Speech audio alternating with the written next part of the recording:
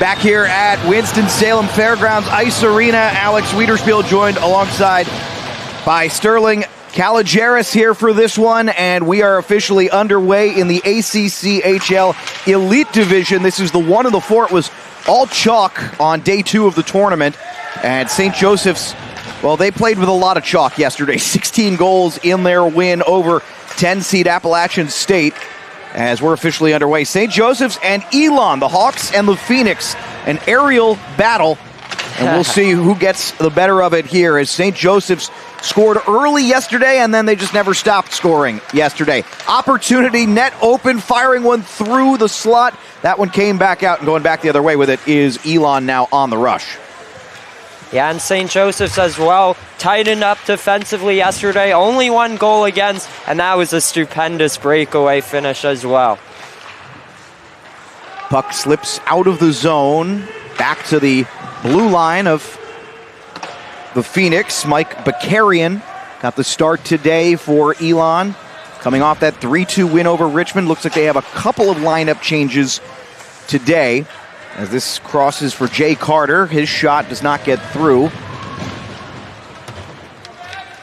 Puck comes back to the point, and then breaking free. This looks like a 2-on-1 developing. Brazel fires, doesn't get that one to go. Brazel's a big guy. Michael Brazel scored a goal yesterday in the 16-1 win.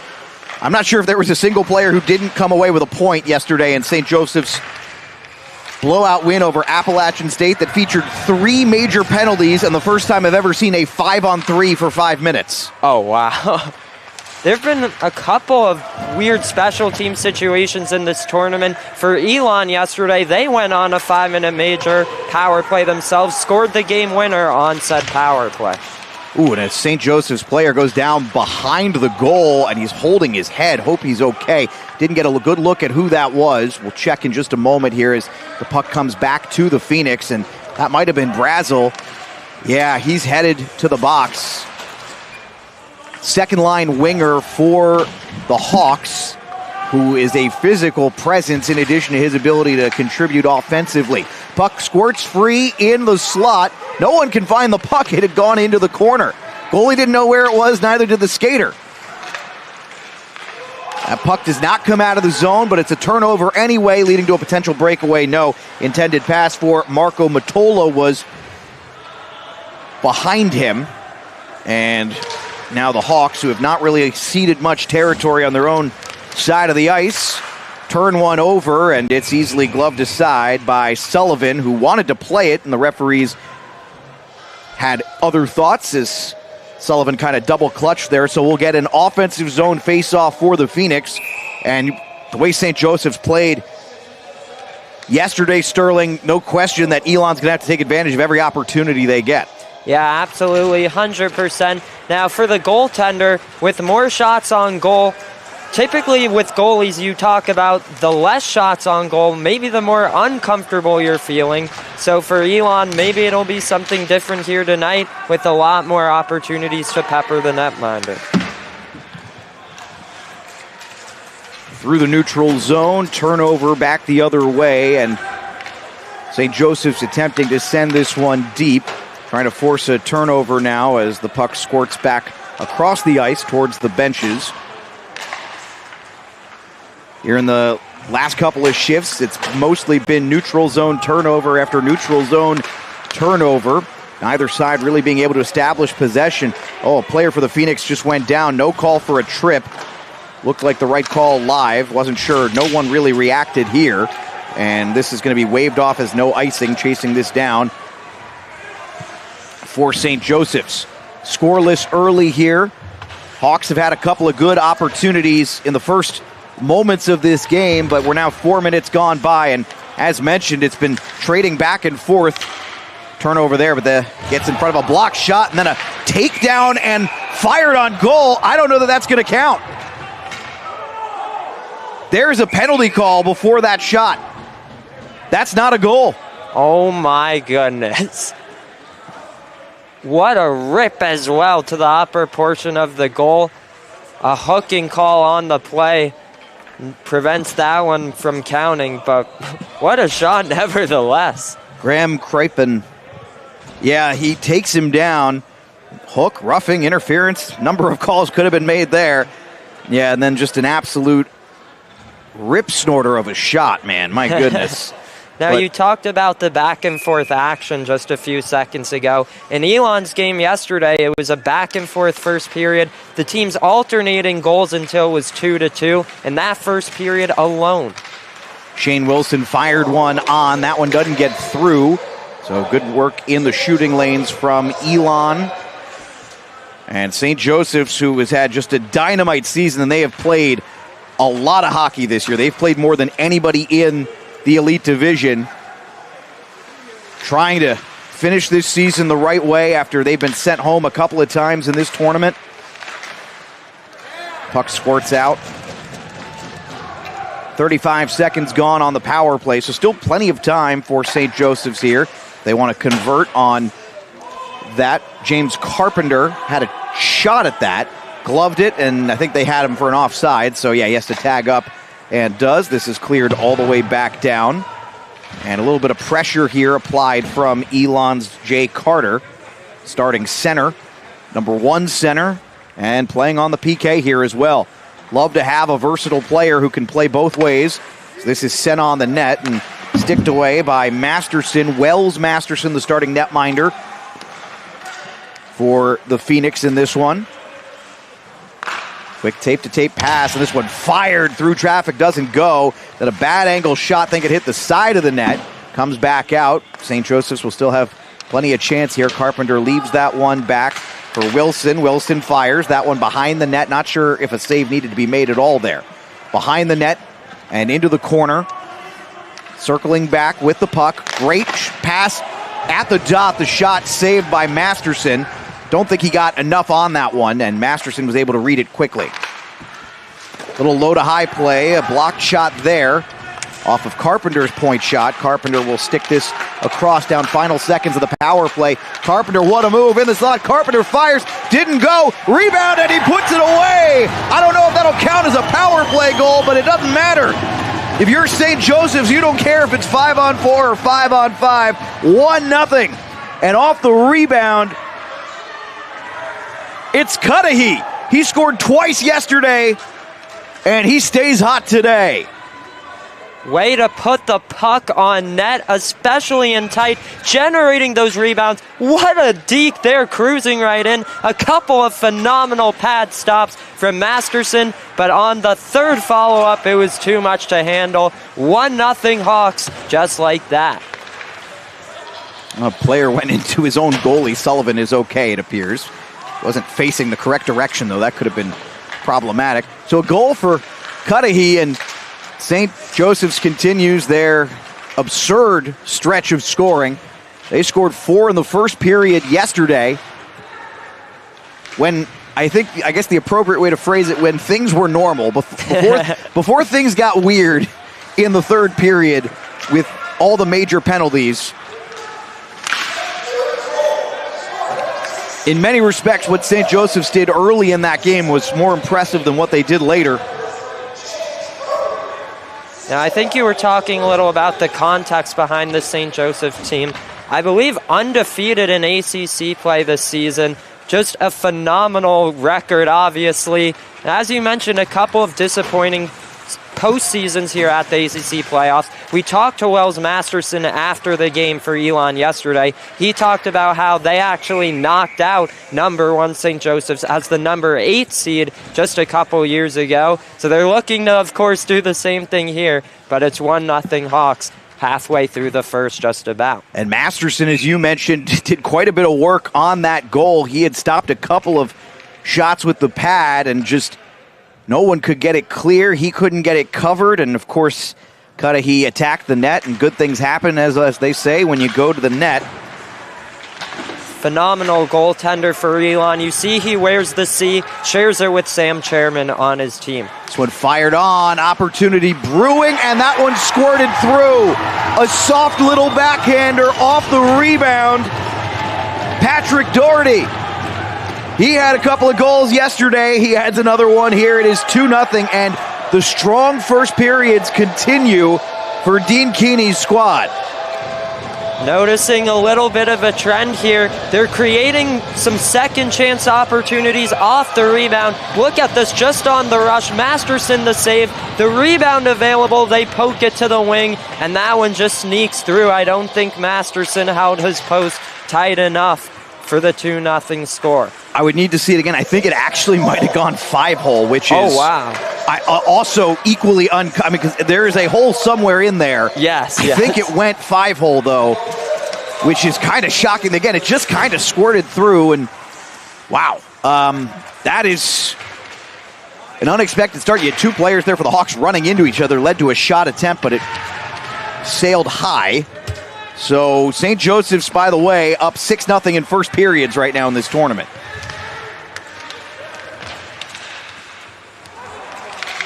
Opportunity developing puck got poked out. Matola will then fire this one back in.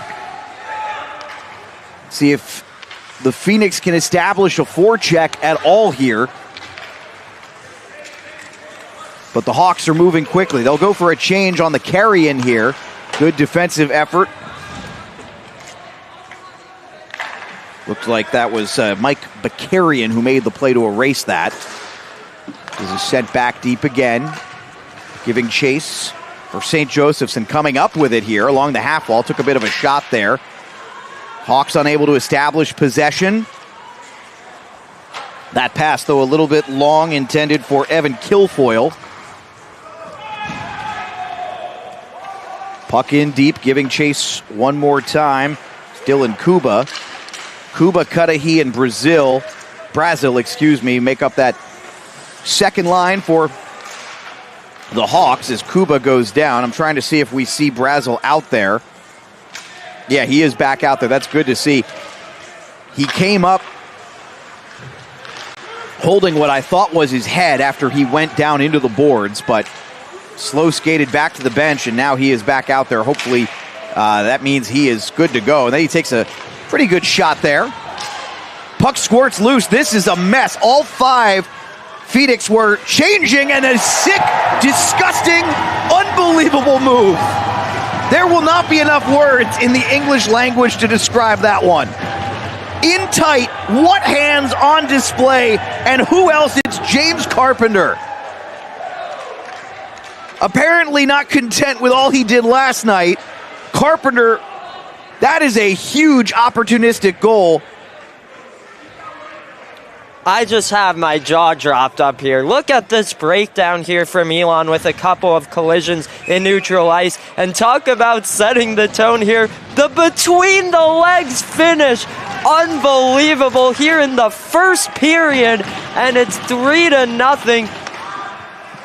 I don't even know what to say. Goal of the playoffs for me. That was great. I think John Tortorella would call it Instagram hockey, but yes. I enjoyed it. I enjoyed every minute of it. Put it on Insta. Puck came loose in the slot there for a moment, and again, credit to this St. Joseph's team, as a little backhander here hit the side of the net, and Sullivan decides he has seen enough as that thing was bouncing around like a pinball. The impressive part of this, so they're up 7-0 in about 30 minutes of first period action between today and yesterday. And it's the way they've started these games that has been so impressive. We'll talk more about it when we get back. Media timeout here in Winston-Salem. St. Joseph's not content with 16 goals yesterday. They're already up 3-0 here in the first period. Back in a moment on AAU+.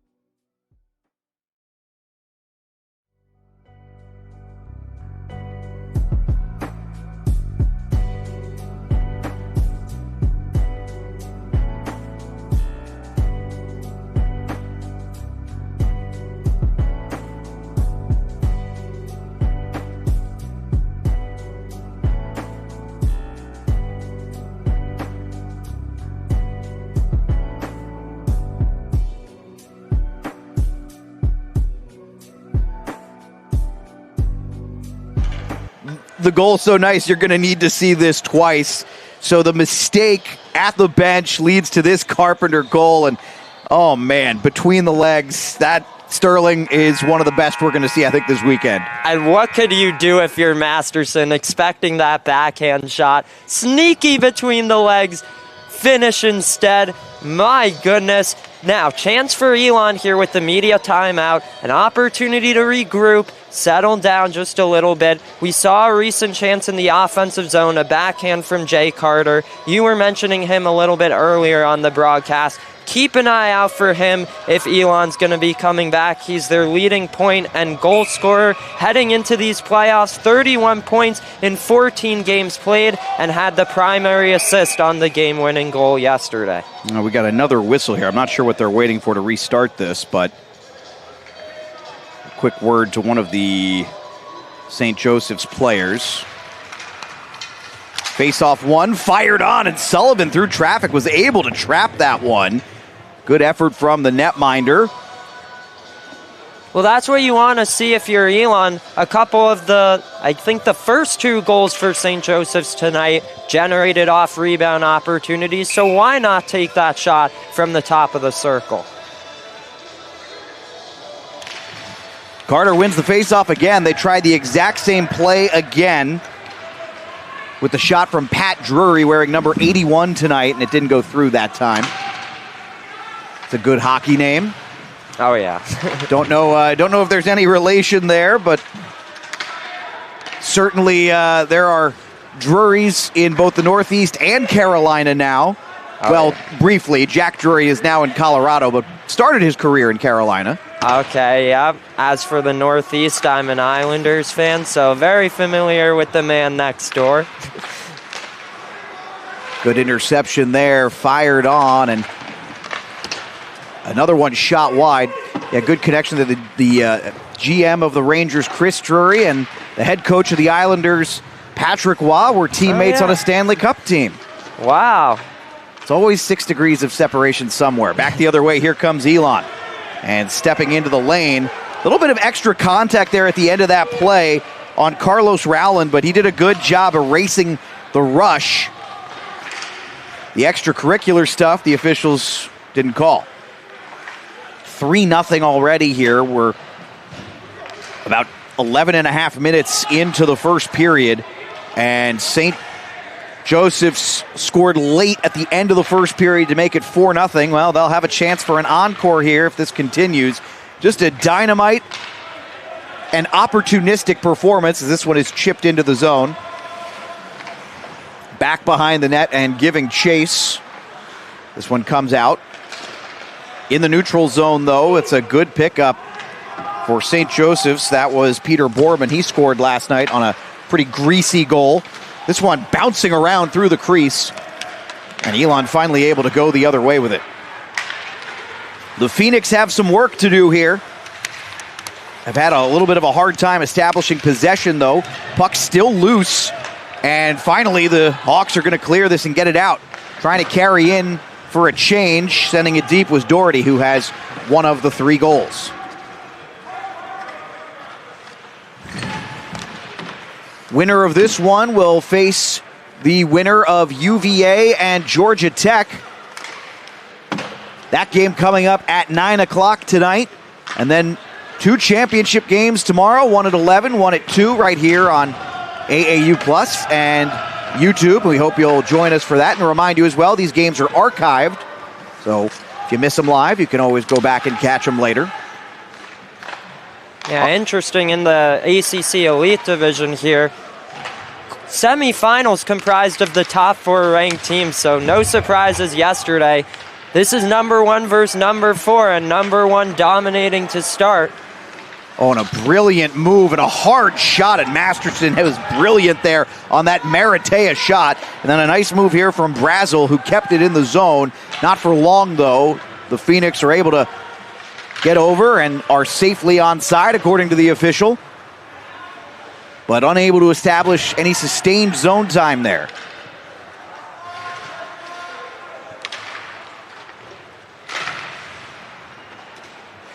Puck comes down below the goal line. Good effort there from Carpenter, who took that penalty earlier, it looked like, or excuse me, I think he was the one who scored the goal that didn't count. But it had looked like Elon was going to draw first blood. As this is in the back of the net, they will draw fourth blood. How about that? And it's the man himself. It's Graham Carpenter, who I believe earlier is the one who wired that shot that didn't count on the penalty, and he's going to get one here. Oh, well-deserved goal after that shot we saw earlier. But nice job by him right in front of Sullivan, generating that screen.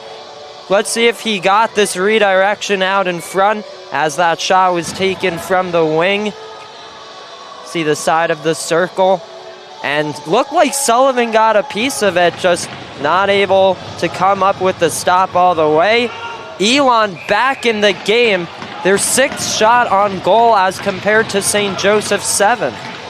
I don't know if Sullivan saw it as cleanly as he would have liked, and that's probably what Elon is going to need to do, is trying to fire one on. That does not get through. So 3-1, that's the first period goal they've allowed of this tournament, and nearly get it back almost instantaneously. A brilliant pass through the slot, and a great save for Masterson. And now it'll lead to an offensive zone face-off after the shot from Robert Ramarino, who scored early and often yesterday. Ramarino sends this one back. Back to him at the dot, in the slot. Quick shot. That one nearly got through. Good blocker save, or good pad save. Getting this out of the zone. Elon working.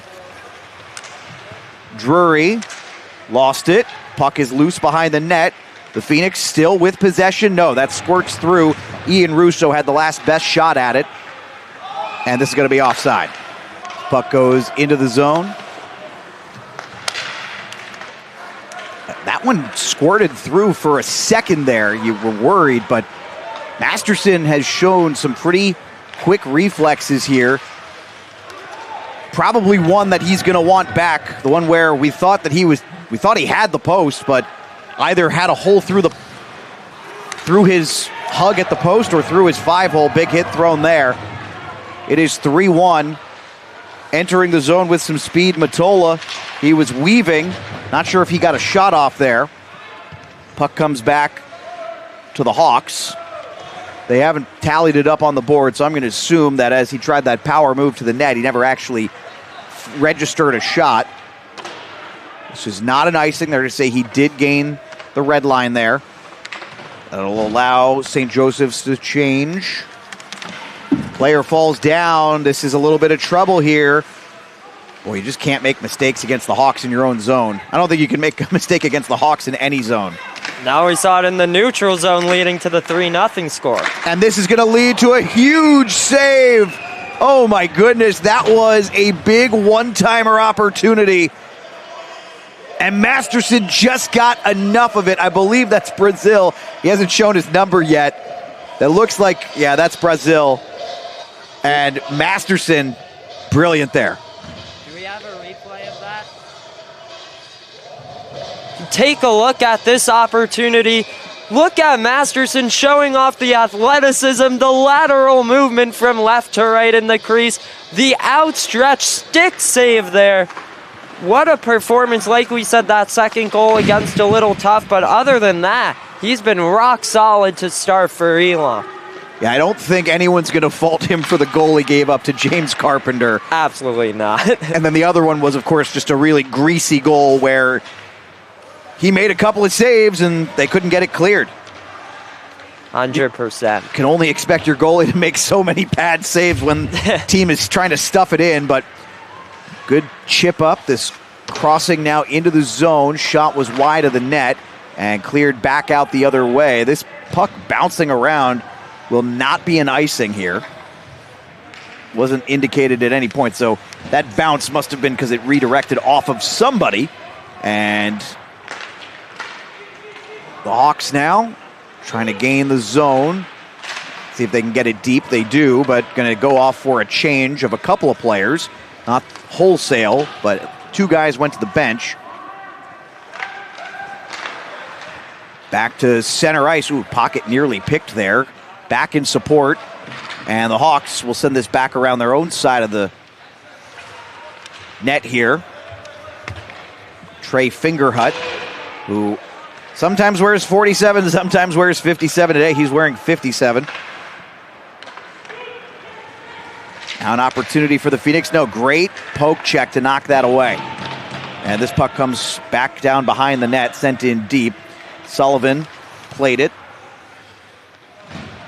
Rowland with it now behind Sullivan. Rowland, pass up the boards. Taking it through is Ramarino. Ramarino tries to make a move. Ooh, shot on through. That was Jackson Shanahan. Another shot, that one saved. Here's Carpenter, and now that top line going to work a little bit. Carpenter sticked it through for a moment. Wasn't able to get it to anybody. So they survived that shift. If you're the Phoenix, you're happy to survive any shift when those guys are on the ice. Shot on, one save. Looks like two were made. Back to the point. Firing one more. Great block. The Phoenix now have established some zone time here. Pocket picked from behind. And here comes St. Joseph's. Ramarino. Brilliant breakup there. Played the pass perfectly, and that was Mike Bakarian. Amazing defensive effort there. That Elon shift was all thanks to Carter entering the zone. A couple of slap shot opportunities. Bakarian fires one on. Puck is loose, and they're going to say it's in. Puck was loose for a minute. Wait a second. The official was pointing at as if it was in, but it is not. Decidedly not. It was definitely close. From here, I thought I saw the puck trickle towards behind Sullivan. They're saying he got it covered. We'll see if we can get a replay of this in just a moment. We're down under a minute to go. Oh, it most certainly got behind him.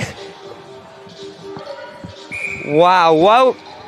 Just recognition from Sullivan there, placing that glove behind him, getting it frozen. That's absolutely huge. You had a great period if you're St. Joseph's. I think you'd want to head into the locker room up 2 instead of just the 1 with 58 seconds left in the first. So a pivotal save there. This one spooned out of the defensive zone and now down deep. This is going to come back to the blue line. Fired on and through traffic. Opportunity off the rebound. And that puck pinballs its way to the back of the net. Well, that's a pretty hard-working shift for St. Joseph's. Well-positioned. This one's not going to be a skill goal by any means, but Ryan Manns will get credit. And you'll see it when we see the replay. It was just pinballing around bumper to bumper. That's just an unfortunate break. On the other side of the sheet with Elon here, they've played a good period themselves too. Take a look at this. Off the right skate there of the defenseman Sam Chairman. We saw a goal just like that in the Elon-Richmond game yesterday, in which the puck banked off a defenseman's skate and in. So really unfortunate for the Phoenix with 34.4 left.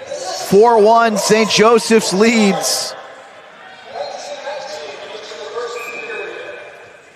They scored 4 in the first yesterday. They score 4 in the first today. And again, I think there's something almost more impressive about that than all the other goals that they put up. Again, a lot of that happening kind of in garbage time, and they weren't even really throwing their full weight into it. They just kept having the puck in a game that was long decided. And of course, there were the major penalties. They scored 3 goals on majors yesterday. This is, you're getting the full blunt of who this Elon team is. Ooh, whiffed on that. Opportunity developing. Did they hold the line? 7 seconds to go. St. Joseph's trying to put another late one up. They did that yesterday. Not going to get it done today, but it doesn't matter because they'll walk into the intermission leading 4-1, and Elon will have some things to talk about as we go to the first intermission. Sterling, that was, honestly, I didn't think Elon played that bad of a first period, but they also weren't very lucky. Correct. I think the shots on goal kind of reflects how the period went. 12-8 in favor of St. Joseph, so not bad if you're Elon. I thought Elon did have their own offensive zone opportunities, but it felt like in terms of the cycle game, really the advantage went to St. Joseph's. They were able to keep peppering Masterson. We saw a couple of goals off the rebound there. Of course, just an unfortunate break for Elon at the very end. Brutal. But Brutal off a defenseman, and I'm not even sure that was intended as a shot. I think it was supposed to be a pass. Yeah, I think they were looking to the back door. Now for Elon, gotta hold your head up high. 40 minutes left. I think they're still in this one. We'll see the adjustments they're able to make into the second. 4-1 as we go to intermission. We'll have analysis, interviews, and much more coming up here on AAU Plus and YouTube. Stick around. We'll be back in just a moment.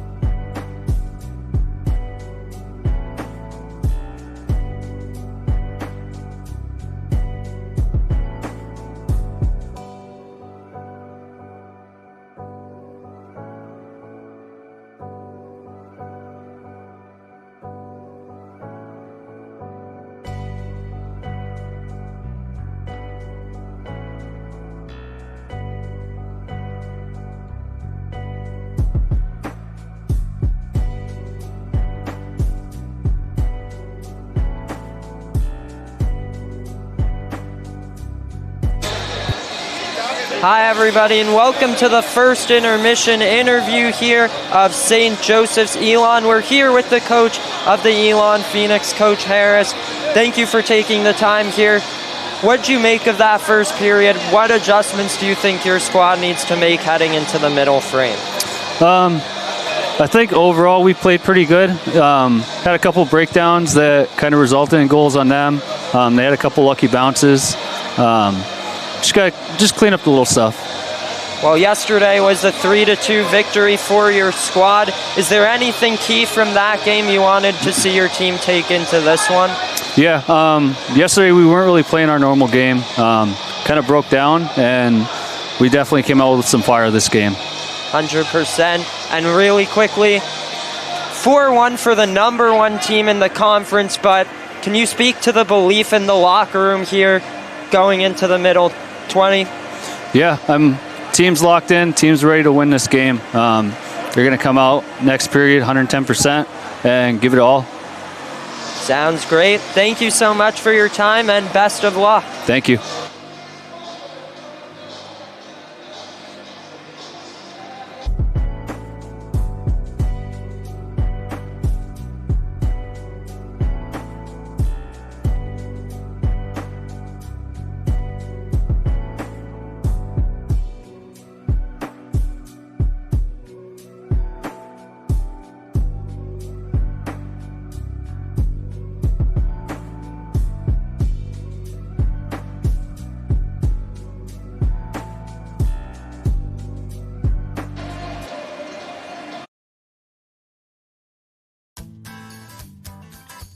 Welcome to Jacksonville, or as we like to call it, Jax. As Florida's youngest city, Jacksonville is the destination that you'll leave feeling refreshed.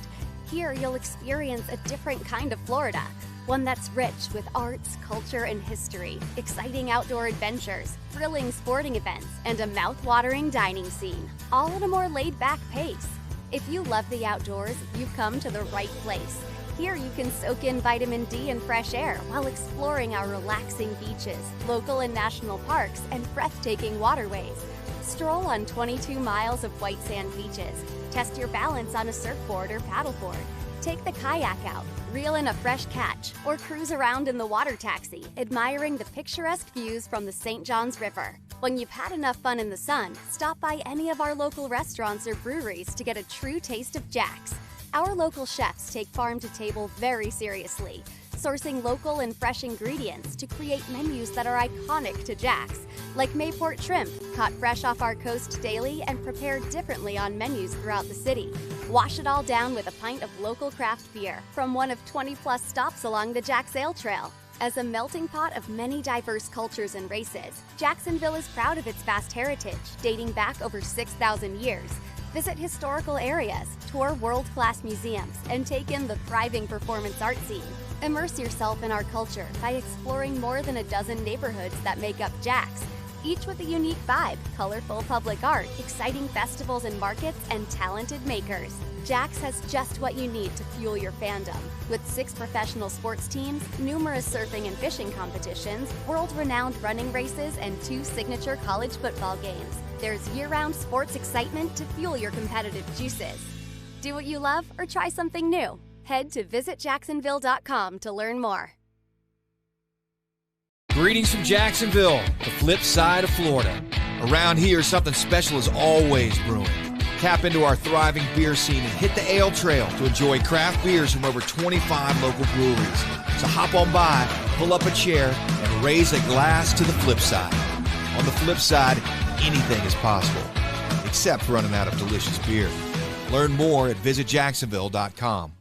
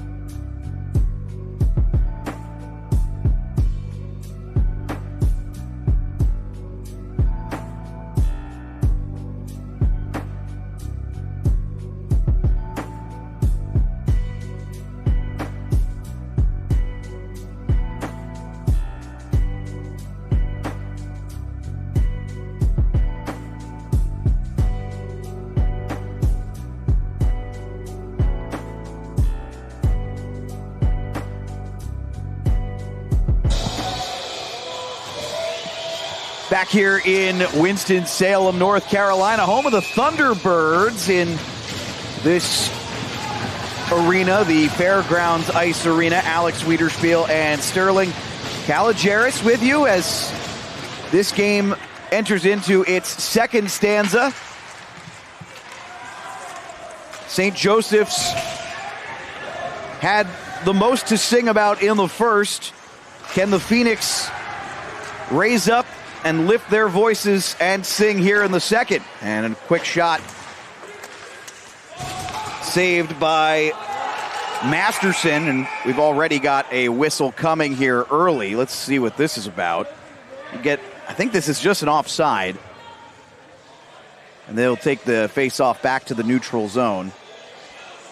Yeah, just wanted to quickly recap that first period. We saw a greasy, dirty goal from Neil Cudahy right off the bat. Patrick Doherty able to sneak it through as well. James Carpenter, phenomenal between the legs goal, and then one more for each squad to make it 4-1. Turnover in the slot, and already some pressure being put on here, and there's always a conversation in hockey, and fans get into this all the time about getting on their teams when they start slow. Boy, St. Joseph's doesn't know the meaning of starting slow. They have been territorially dominant to start the second period. Couple of really good shifts, forced a couple of turnovers, couple of good chances already here. And they have the first and only 2 shots of the period. In general, starting off, I think they have 8 goals in their first 2 periods of the playoffs. So yeah, as you were saying, off to a hot start. Start games fast, start periods fast, start tournaments fast. That has been apparently the mantra as this one gets back up. St. Joseph's now working the other direction. A little backhander from Brazel flipped up over the glove of the netminder Masterson. And they win this one again. And Masterson, good glove save there. That one might have been tracking a little high, but he was not playing around with it, not taking any chances when you're down by 3. Yeah, like you said, not taking any chances. Maybe wanted to flash the leather there a little bit. Take a look at this glove grab. A beautiful catch there from Wells Masterson. Back to the point as St. Joseph's once again, net was open on the rebound opportunity. And you can see Masterson diving to get back. Fortunate his team, though, did a good job clearing that out. And this one through the slot. Shot was redirected, so never got through. Now here come the Hawks once again. Big hit separating man from puck. Excellent work from the Phoenix. That was Joey Marinello laying the body. What a hit there. Marinello, a defenseman out of West Warwick, Rhode Island. We'll tie up behind the net here. We have 4 guys back there, all wearing separate, or 2 of them each on one side, but eventually it comes and squeaks free. And then that one got past Carlos Rowland. Opportunity developed, shot was whiffed on. Another shot whiffed on. Oh man, back-to-back whiffs. And this one comes up to Brazel. He lost it, and back the other way we go now. This is Matola. He fires one. That went off of a skater's calf, I think, for the Hawks.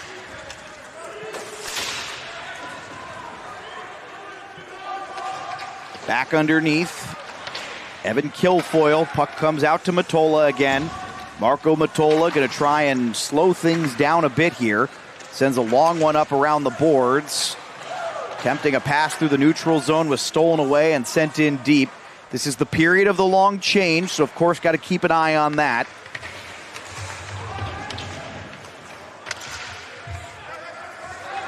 Puck squirts out towards the blue line, and opportunity developing now for the Phoenix.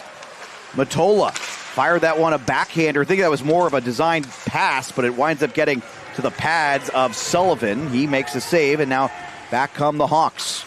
Firing one on, and it looked like Ryan Manns got in early, so offside. Ooh, one of the officials took a little tumble there. I will say, it's been something we keep seeing today. There's been a lot of hockey played on this ice already. Even this morning, before these games started, there were youth games happening on this ice. I've seen players blow a tire. I've seen officials blow a tire today. It has been equal opportunity. We have 2 tournaments going on this weekend here. We had the Premier Tournament last weekend. So yeah, not surprised to see that. Unfortunately, we don't want anyone to take spills like that, but... Yeah. I think he's okay. He's not technically a hockey player. He's a hockey referee, but they're pretty tough too. Yeah. It was a good tournament last weekend as well. That Premier Tournament won by Virginia Tech. Now, that was the opposite of this, right, where this ACC tournament has been all chalk outside of the one upset in the play-in game, Appalachian State winning 6-4 over East Carolina. Outside of that, it's been all chalk. It was upset after upset as the top 3 seeds all got knocked out early, and the 4 seed got knocked out early as well. So it wound up being a 5-7 in that tournament championship, and Virginia Tech won it. Probably my favorite of the weekend. I think it was the first round, Maryland taking down Wilmington. I think a 3-0 victory, but 2 empty netters. Just a weird bounce leading to a strange goal, but the goaltender for the Terps, absolutely phenomenal, and they were able to advance as a result. Yeah, no kidding. He was excellent, and had Maryland won it all, very likely was going to be the tournament MVP. That's how good he was. Shot on, good save, sticked away by Masterson. And again, as the shots begin to kind of creep up here, 17, and in the period, 8-1 now, or bad at math, 5-1 in favor of St. Joseph's. It is worth noting that he's made some tough saves. There's only 1 goal that he allowed that I think he would clearly want back. The other 3, I don't know what he's supposed to do. Yeah, 100%. He's been asked to make a ton of saves at point throughout the season. Sullivan's going to freeze that one. Back in September in a game against James Madison, was listed with 64 saves in a 6-5 overtime win. And then just a month later, 39 for 40 in a 3-1 win against Charlotte. So he's used to the volume. 17 shots already for the Hawks here. Now, Bryce Sullivan's been really good in ACHA play this season. Won his 6th game in 8 appearances. And he's only allowed 13 total goals in those 8 appearances. He's been excellent. And so he's now allowed 14 goals here in this, his 9th ACHA appearance.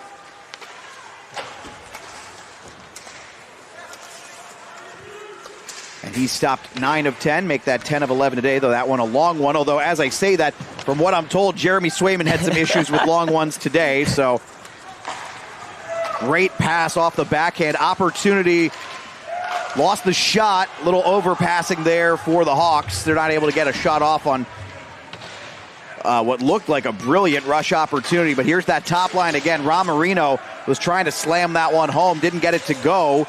Now the defense... at the blue line, the defense is going to lose this one and back out the other way. Brilliant move in, and it's offside. Looked like Roman Kostrowski, I think, had gained the zone too quickly.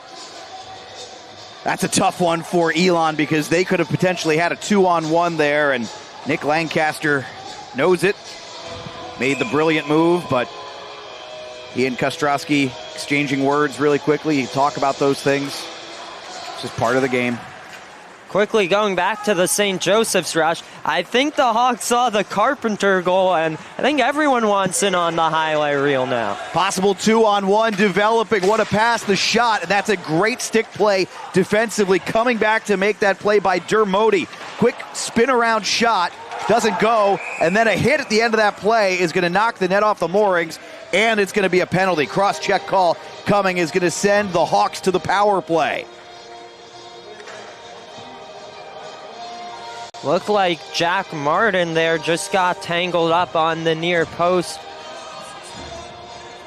This is going to be on Carter, by the way. That's a tough law. Or no, excuse me. That is going to be on, you are correct, Jack Martin. And they have him going for a cross-check. Let's take another look here. You see this opportunity there. Masterson had lost his stick, and you see there after the play concluded, just a little shove into the goal. Playing the Olympic music here. I don't know if they just got word that Team USA did pull it out, a 6-3 win. A little bit of a closer game than I think anyone was happy about, and the win over the Danish national team. There have been a couple of interesting starts to these Olympic Games. France yesterday with 3 quick ones on Slovakia, I think. Yeah, Slovakia, and that is a rising power, but they're still not quite established in my mind as like a top-tier power, but they are on the rise, as we've seen in this Olympics. Great move here. There's Jay Carter, who made a great move and a brilliant pass. Shot on, short-hander, and a great block, and then a hit at the end of that block. It was an unhappy Ian Russo. Back the other way on the power play now. The Hawks looking for a shooting lane. That one fired. It's loose in the crease. Doesn't go. Another one fired. Another save from Masterson. Puck goes behind the net. Working at the goal line. Ramarino. Ooh, tried to fire one at the crease. Was looking for that backdoor play. Doesn't go. Puck goes back around towards the half wall. Back to the point. Fires one behind the net. Down to 40 seconds here on the power play. Back and forth. Tape to tape at the blue line. Now working from the half wall. Looking for a redirection attempt. Didn't go. Still with the puck. Great block shot there. Believe that was Mike Bakarian who blocked it. And now Carter with a breakaway. Jay Carter goes 5-hole. We got a ball game here. A shorty cuts the lead in half. It's 4-2. 21 seconds left in the power play, and there is nothing more you can ask from Elon on this power play. Other than let's kill the final 21 seconds of it. But St. Joseph's has played a brilliant game, but a huge mistake there. Jay Carter, as we talked about, the leading point and goal scorer. And was that ever a goal scorer's goal? Walked in with confidence, picked his target of the 5-hole. Not a lot of deking, just let it go. Beats Sullivan cleanly. Let's take a look at it again. Carter, nice job to collect that puck there, spins around. Just let it go from in between the circles. A clean finish. And that is what Elon wants to see. They're only down 2 with over half the game remaining. That's a brilliant read there from Carter on that play. And this will end the power play, so no reward there. Quick shot on. Good save by Masterson. Elon has worked their way back to a 2-goal deficit for the second time. The last time, St. Joe's responded almost instantaneously. Can they do the same thing here? Certainly getting a more game Elon team than yesterday against Appalachian State as that game got out of hand. We'll get a whistle here possibly for an offside. That will lead us to immediate timeout here, and despite the Hawks doubling up on Elon on shots, it is, well, doubling up on the score as well. So it's all proportional after all. Usually doesn't work that way in this sport. We'll be back after this on AAU Plus.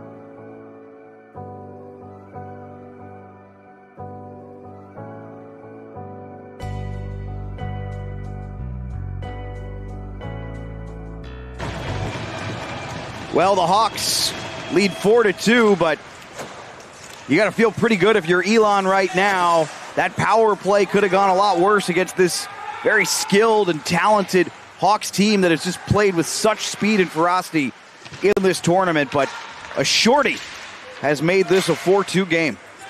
We're back underway here in the second period, nearing the midway mark of regulation, midway mark of the period as well. Opportunity developing, firing one on. First save was made, puck still loose. Another shot, backdoor finish!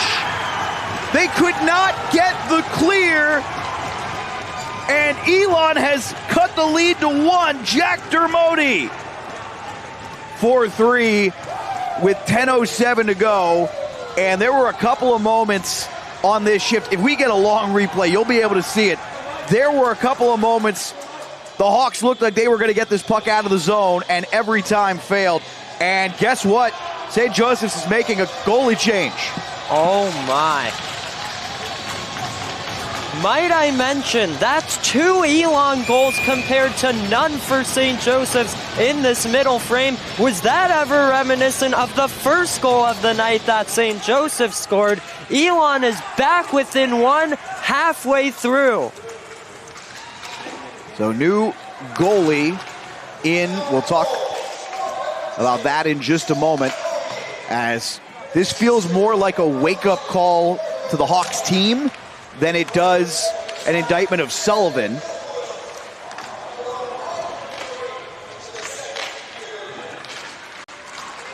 Now I wonder how the Hawks respond to this goalie change. There's a world where, hey, you realize you're in trouble, start gripping your stick a bit tighter, or you're the #1 ranked team, just the belief in the room. Couple of strong defensive plays there, but still Elon coming hard. Good hit there. This has been an interesting defensive shift here, as Elon's had a couple of close calls where they looked like they were going to get a high danger shot off, and at the last possible minute the Hawks have been able to get it away. So fired on, and there it is. First shot faced, and it's tied. 3 unanswered. Pat Drury has made it 4-4.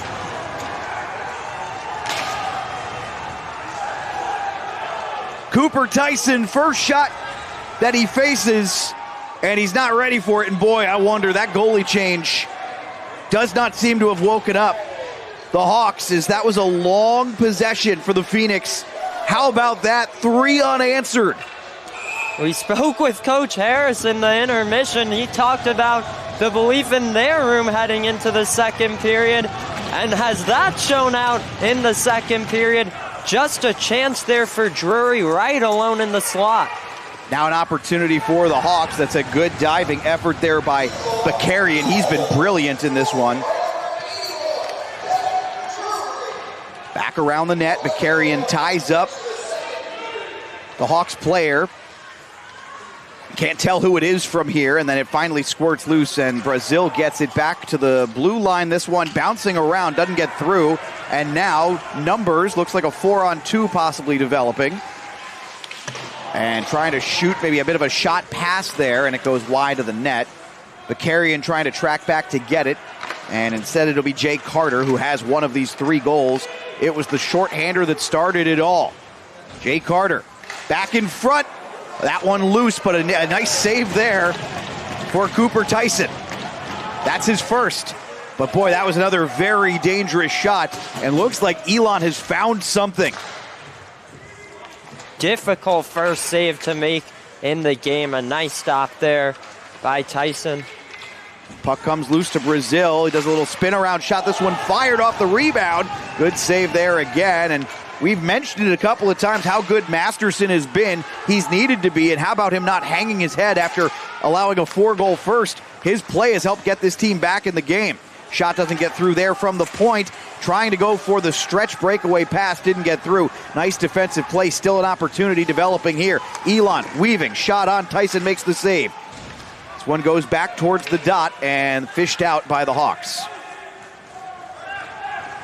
This will be an icing. 4 apiece. We'll get another look at this here. Oh, that one I did not realize in real life. Off the skate of the referee. Pop free in front. No one home for St. Joseph's on the back end. Because I certainly gave St. Joseph's a hard time for the way they've been playing, but we talked a little bit about how Elon really didn't have a lot of luck in the first period. I didn't think they had played that badly. That's a luck play, right? Oh, yeah. Now, with that said, I felt like Elon did a nice job in the first hanging around. That's not the case here. They've taken over this game. A ton of the offensive zone possession for the Phoenix. Now it's up to the Hawks to respond. Can the top seed respond? This is their first adversity in the whole tournament. They had been brilliant in every phase, but the Phoenix have come and hit them in the mouth in the last 7 minutes or so. It's a seam pass across, shot on and gloved by Masterson.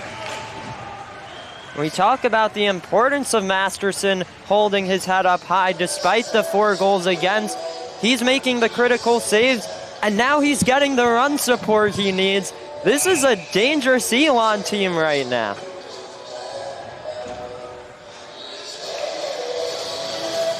Offensive zone faceoff coming. This one comes back out. Quick shot. Doesn't go. Nice little pass with the skate. And then the shot from a terrible angle is gloved by Masterson. And kudos to Masterson. He is leaving nothing to chance right now. Face-off again won by the Hawks, but then almost immediately turned over. Nice box-out play. This flipped into the zone with some speed now. Finally kicked back out. Trying to make anything happen here as they can. That's a bit of a lazy pass intended for Samuel Resto. And then a shot from distance. That one through traffic was saved with the pad. And the Hawks are just going to get this one deep. Resto giving chase. Puck squirted free on the forecheck. Resto sends this one back behind the net. This one came out to the logo, and a long shot from distance. Swallowed by the netminder, Masterson, who is putting on a master class here in this second period. Very nice line there. That was Chris Hunter walking in, letting that wrister go. That's just a great, solid positioning save from Masterson.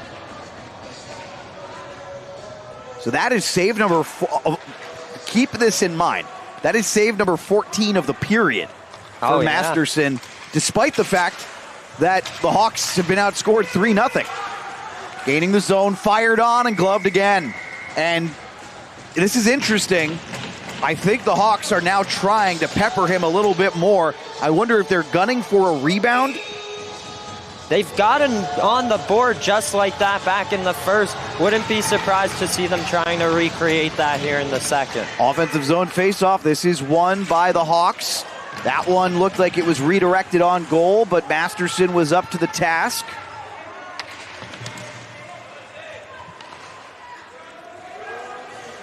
Up around the boards at the half wall. That one was fired, then went straight up in the air. So I think Masterson gets credit for a save there. He's stopped 25 now of the 29 that he has faced. Back out, here's Drury with one of those goals. Drury and Carter. And can't get a shot on. Around the boards, this one goes. Sent to the opposite corner. Hawks are going to be able to get this free of the zone temporarily, and then it's sent back in just as temporarily. O'Rourke sends this one up.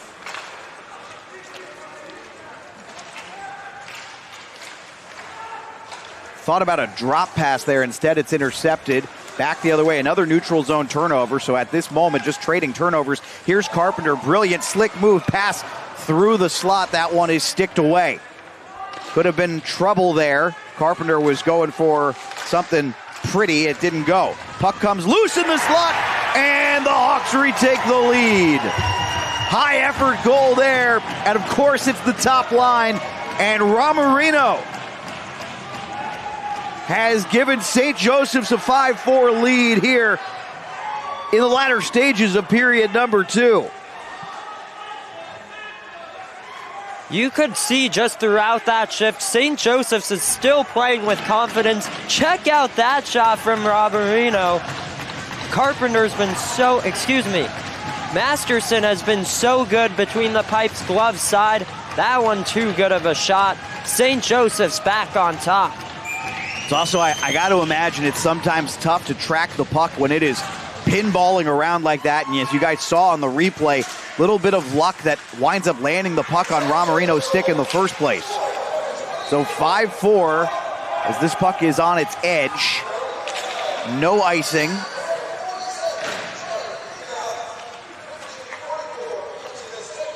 Crossing center ice, now crossing the blue line, and this will be an offside. As Kilfoyle entered, 3:53 to go in this second period. But mission accomplished in one sense if you're Elon. You weren't going to win the game in one period, but you needed to make sure you didn't lose the game. Down 4-1, they could have been at great risk of getting run out of the building, and now they will have a chance one way or another.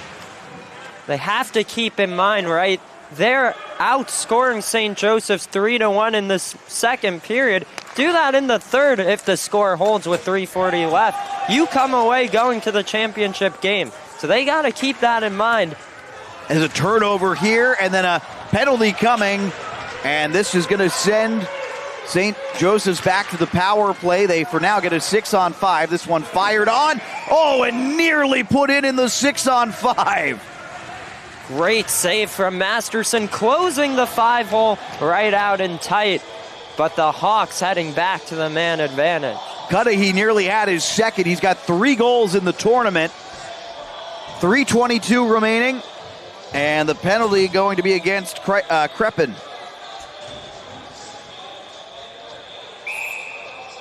So that will send the Hawks to the power play. Which, I mean, you got to overcome your demons here because last time out you gave up a shorty to Carter. Slashing is the official call. Gaining entry now, working around the boards and with some speed. This is back out to Romarino, now to the point. It's got through the stick of a Hawks player in the corner. Nice job to retrieve it at the half wall and then sent it back to the point and too hot to handle. 2:40 to go in the second period. 45 seconds gone on this power play for the Hawks of St. Joseph's. Good move to gain the zone. Little pass through the seam. Romarino didn't have a shot. He sends back to the point. Romarino working up high. Back to the half wall. Firing one on. Dangerous shot from Carpenter. He's already scored a pretty goal in this one. Puck loose in the crease and no real shot there, but Masterson has seen enough, so we'll get a change. Second power play unit's going to come out. Yeah, I've been really impressed by James Carpenter. He's really been one of these top pieces for the St. Joseph's offense. And I think a much better power play here for the Hawks, obviously, than the one in which they conceded a goal. Working at the dot, face-off one. Brazil has a good look. Brazil fires. Puck went up high in the air. There'll be another face-off coming here. 42 seconds left on the power play. And again, a nice blocker stop. That was a nice shot from around the slot, so good reactionary save from Masterson.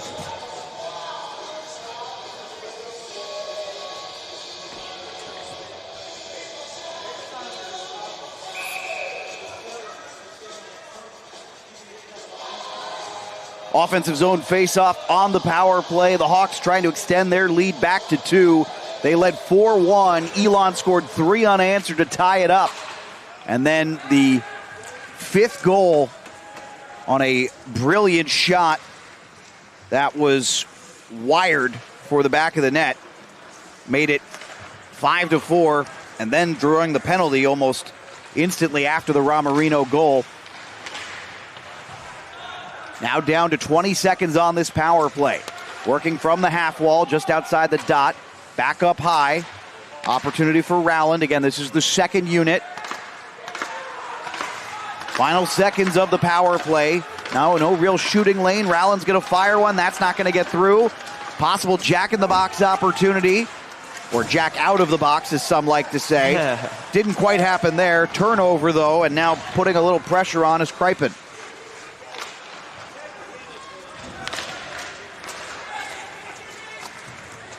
One goes around the boards. Little contact there into the boards. And we're down to the final minute here in this second period.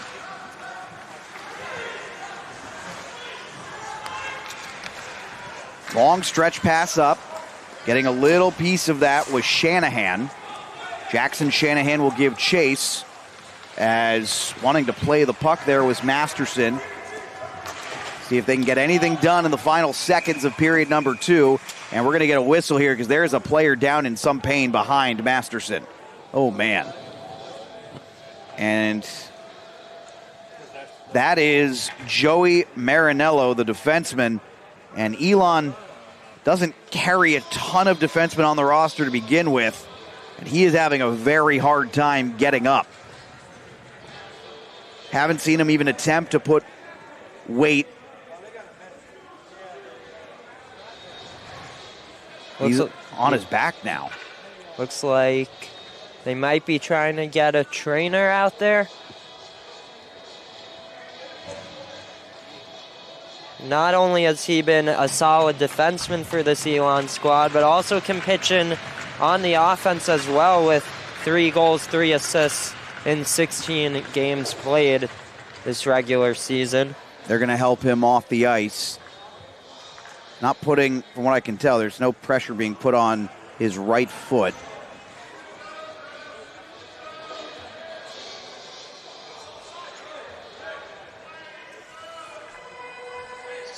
See if we could catch here how that might have happened. I think he just loses his footing.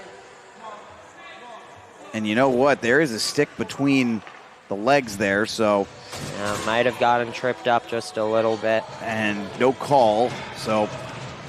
Shot total is 35-19. Hawks on top. We'll keep an eye on Marinello and see what happens with him, but that could be potentially a big loss here, going down to defenseman at this stage of the game.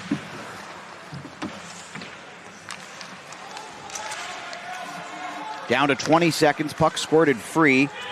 Looks like Evan Kilfoyle is trying to create an opportunity and going to get an icing call here. Boy, that puck was starting to slow down ever so slowly, but icing call leads to a face-off here. 14 seconds on the clock, and we'll see what Elon can do if they can draw anything up here. Obviously, choppy ice here. It doesn't get much later in the period than this with 14 seconds left. This is the 9th period of hockey played in this tournament today, and again, as mentioned, a bunch of other youth games occurred before this game or before this tournament today. This one goes towards the corner. 9 seconds to go. Back out in front. Good defensive effort, and the Hawks will be able to get this one out. They might even be able to get one shot off. Fired that one on. Not sure if it would have counted or not. Either way, the save is made by Masterson, and we will go to the second intermission. 5-4, and we've got a hockey game here as St. Joe's led 4-1 after one. 3 unanswered for Elon, and then they get one back as Ramarino wired one. A pretty important goal, I got to imagine, for the Hawks' confidence levels. Because, again, you look at it, the way that they played, there was an element of luck that played it. Luck that the Hawks had in the first that they did not have in the second. That's the funniest part about this game. There's been, I would argue, this has been a relatively evenly played hockey game. The Hawks were a little luckier in the first with the bounces. And guess what? The Phoenix were a little luckier in the second with the bounces. You could go back to that second goal for St. Joseph's, call that a little lucky one. So Elon got one as well. But that is a period that you should be proud of if you are the Elon Phoenix after being down by 3 heading into the first intermission. Interested to see how St. Joseph's might change up their game plan a little bit. Of course, we saw a goaltender change in the middle after the third goal against. This is going to be an exhilarating finish. We'll step aside, see if we get any post-game interviews. We'll start intermission interviews and analysis and much more coming up. And mercifully, I'll take us to break here on AAU Plus. Back in a moment. 5-4. The lead belongs to St. Joseph's at the intermission.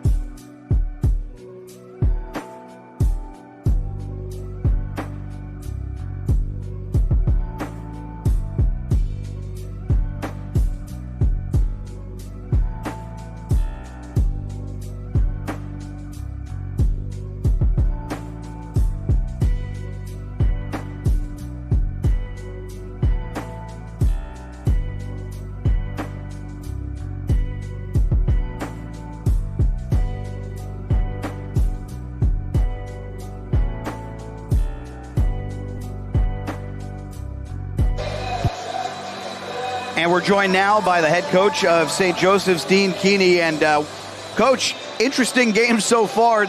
There's an argument to make that this is a game of lucky bounces, right? St. Joseph's had the better of it in the first. Elon had the better of it in the second. And we walk into the third period with, honestly, almost a brand new game as a result of it. Yeah, 100%. I think our emotions got a little too high that period. We need to go back to what we were doing that worked in the first period. When we hit our forecheck, make sure we're back checking hard.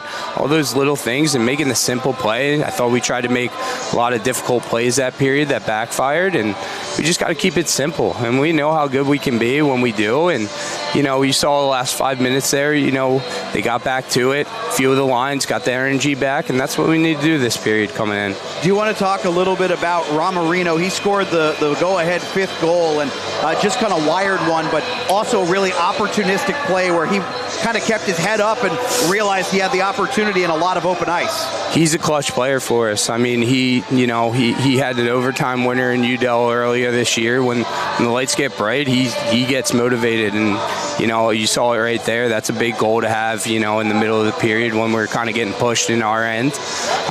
Changes the momentum a bit. Very good, Coach. Good luck the rest of the way. We'll talk with you soon. Absolutely. Thanks.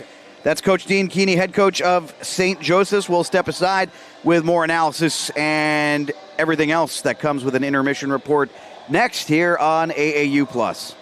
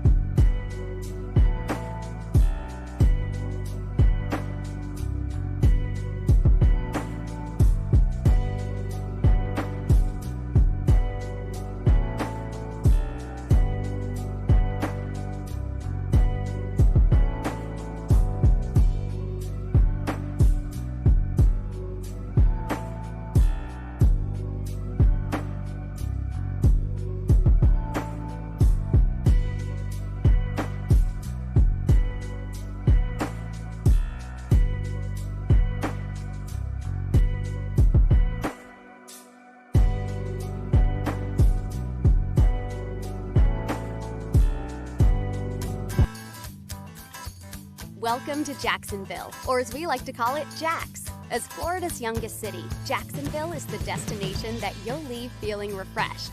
Here, you'll experience a different kind of Florida, one that's rich with arts, culture, and history, exciting outdoor adventures, thrilling sporting events, and a mouth-watering dining scene, all at a more laid-back pace. If you love the outdoors, you've come to the right place. Here you can soak in vitamin D and fresh air while exploring our relaxing beaches, local and national parks, and breathtaking waterways. Stroll on 22 miles of white sand beaches. Test your balance on a surfboard or paddleboard. Take the kayak out, reel in a fresh catch, or cruise around in the water taxi, admiring the picturesque views from the St. Johns River. When you've had enough fun in the sun, stop by any of our local restaurants or breweries to get a true taste of Jax. Our local chefs take farm to table very seriously, sourcing local and fresh ingredients to create menus that are iconic to Jax, like Mayport shrimp, caught fresh off our coast daily and prepared differently on menus throughout the city. Wash it all down with a pint of local craft beer from one of 20-plus stops along the Jax Ale Trail. As a melting pot of many diverse cultures and races, Jacksonville is proud of its vast heritage, dating back over 6,000 years. Visit historical areas, tour world-class museums, and take in the thriving performance art scene. Immerse yourself in our culture by exploring more than a dozen neighborhoods that make up Jax, each with a unique vibe, colorful public art, exciting festivals and markets, and talented makers. Jax has just what you need to fuel your fandom. With 6 professional sports teams, numerous surfing and fishing competitions, world-renowned running races, and 2 signature college football games, there's year-round sports excitement to fuel your competitive juices. Do what you love or try something new. Head to visitjacksonville.com to learn more.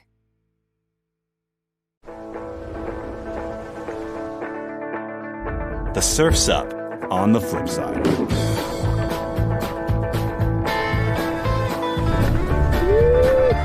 Wave hello to Jax.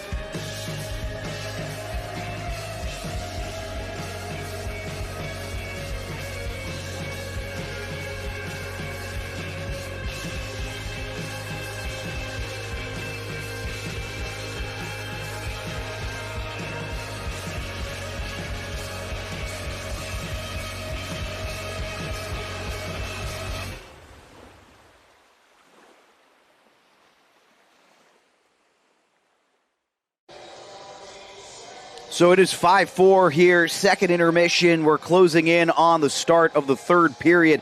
9 goals. We had 5 in the first, 4 in the second. St. Joe's had the better of it in the first. Elon had the better of it in the second. This is how it all started. A quick opening goal here and a greasy one at that for Cudahy and his third goal of the tournament. How about that brilliant toe drag from Carpenter to set it all up? Carpenter's had a very big tournament. Then, of course, this one we talked about had just kind of squirted through Masterson. There was either a hole at the post or the 5-hole, and it was a tough one there. This may be the goal of the tournament if they wind up winning it. Carpenter, through the legs, made it 3-0 at that point, and the brilliant start for St. Joseph's. They were, at that point, up 7-0 in first periods. But then the goal allowed on one Sullivan couldn't squeeze shut. That was the first and the only one he allowed in the first period. The Hawks would score one more off a rebound. Yeah, look at that right off the skate there of the captain, Sam Chairman. Yeah, it was the first shot, got it off the second, and the second shot goes off of Chairman, and that's a goal for Ryan Mance. That made it 4-1, and that's how it was at the end of one. We went to the second period, and this is where it started to get out of the Hawks' control. A shorty for Jay Carter. Yeah, just beautiful execution there. Picked his target, let it fly. right along the ice through the 5-hole. Things started to get really out of control for the Hawks. That one not able to be squeezed shut, and the second opportunity goes in. It's 4-3. And then this one just off the skate of the official comes out in front to Drury, and when Pat Drury buries it, that was the end of Sullivan's night. How about welcoming Cooper Tyson to the game just like that? And then the fifth goal, Romarino retakes the lead for the Hawks. And you're right, correction, it was the goal before that, the third goal that ended Sullivan's night. Tyson came in. That was the first shot he faced, was the one off of the official's skate. And that's what I mean when we talk about puck luck. Sometimes there's just nothing you can do. I mean, that is just, you can make the argument, maybe a bad pass, but you're just expecting the official is going to get out of the way. But it's not what happened. So in this ACC-HL Elite Tournament, the winner of this one will face the winner of Virginia and Georgia Tech. Georgia Tech got a 3-1 win yesterday over Georgetown, and then Virginia, or George Washington, excuse me, right? Georgetown. No, Georgetown, okay. I'm just seeing the Hoya G, and my brain is not working. UVA, though, a dominant performance against Charlotte.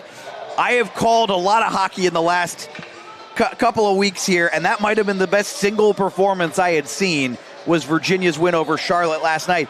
They just didn't let Charlotte have anything. So that Virginia-Georgia Tech game coming up next, approximate start time, 9 o'clock. Now, that depends on what happens with this game, because as we put a fresh 20 on the clock, it is a one-goal game here in the third period, and Elon has had the better of it in the back 8 to 9 minutes or so of the second period. We'll see if that carries over. It was literally like they flipped a switch. I don't know what happened, but Coach Harris's message got across in the locker room. Final 20 coming up. Can't wait to see what happens. All started with that Jay Carter short-handed goal. And cracks were starting to show in the Hawks what looked like impregnable armor. Little turnover here, opportunity with some space, fired one on. Don't think that one got through. If it did, Masterson made a save. Don't think they've awarded him don't think they've awarded that one as a shot. So puck comes loose and all the way back down. Little D-to-D passing. This one tipped into the zone, giving chase with some speed. Pass through the slot. Not sure if that was a shot or a pass. Either way, not on target. That first line, Shanahan, Carpenter, Romarino, has been so dangerous today, responsible for a couple of goals already. This is flipped in, and Cooper Tyson makes the play. And boy, we're going to be having the conversation about this. If the Hawks advance, who's the goalie tomorrow? Part of me thinks they might still go back to Sullivan, but we'll see.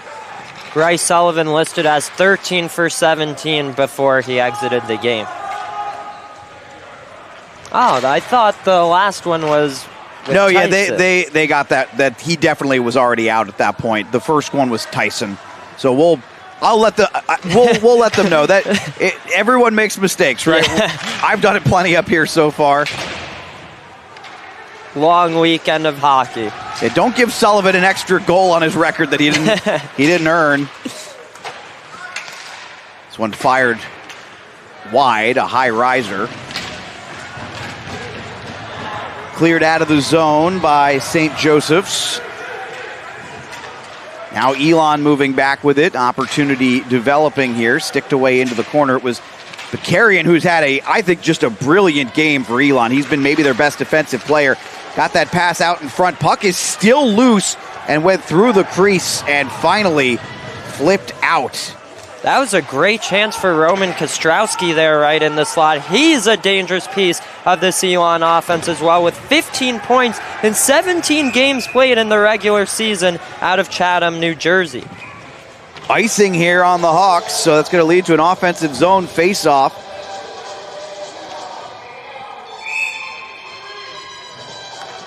Sam Chairman, the captain for this Phoenix team. Just wanted to say quickly one more impressive thing about Kostrowski since I was talking about him. Came into these playoffs on a 6-game ACC point streak with 18 points in those 6 games. That puck squirts out of the zone. Just wanted to note that Chairman is out with Marinello right now, so good to see they were able to get him back on the ice. This one deflected through the slot. Nice effort there. Able to come up with it briefly was Elon, then a bad angle shot. Don't think that actually made it onto the net. Might have hit the side of the net. Quickly the other direction, firing one that doesn't go through. That one looked like it hurt. Chairman made the block, and then a quick shot off the block, and that one is swallowed up by Masterson. He's made a couple nice saves at the start of this third period. Shots currently read 37-20. So he's over 30 saves already. 17 minutes left in regulation. Off the face-off, and I think he gets another one there. Believe Masterson knocked that out. Well, maybe not. That might not have gotten to him. That might have been a block in front. Either way, puck is into the netting.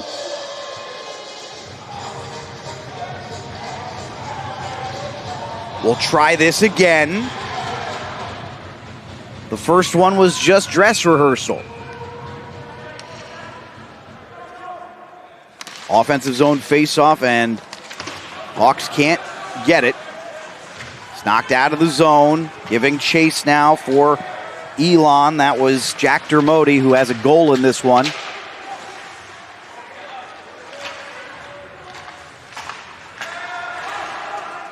Hawks were able to clear out of the zone, but couldn't get it past center ice. Little move there, doesn't go for Aiden Linso. Now working with some speed, nice move. Steered away from the net, then fired one on that I think hit the side of the net again. Puck comes out.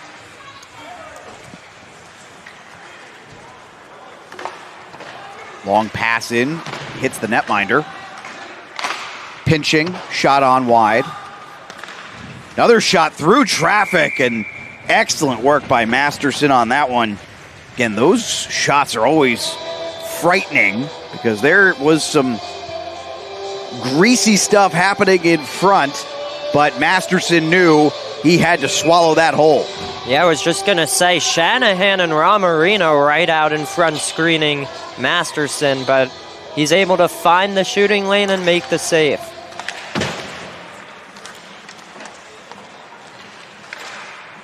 This is eventually elevated out of the zone, dropped back, and this is going to be sent all the way back and not on goal, so another icing here by the Hawks. St. Joseph's, they've looked a little disjointed at points here in this third period, and I think, you know, there is probably a little bit of nerve setting in for these two teams with how much is on the line here in this final period.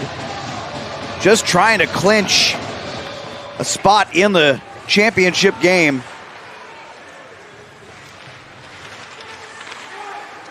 Little jousting behind the net, one and back, and shot on wide. That was the carrying again. This one comes back out. Opportunity, good effort there. In front, puck is loose. No one can get a shot off. This is a high-effort shift from the Hawks. Wow. Good work by St. Joseph's, and now entering the zone with speed. Trying to leave that one. A little pass into the slot didn't go. Good turnover forced by Carpenter. That top line back out. Carpenter took a swing at it, couldn't come up with it. Finally does, and now a 2-on-1. What a move. Opportunity to the net, and I don't think he got a shot off cleanly. Got in a little tight on Masterson there.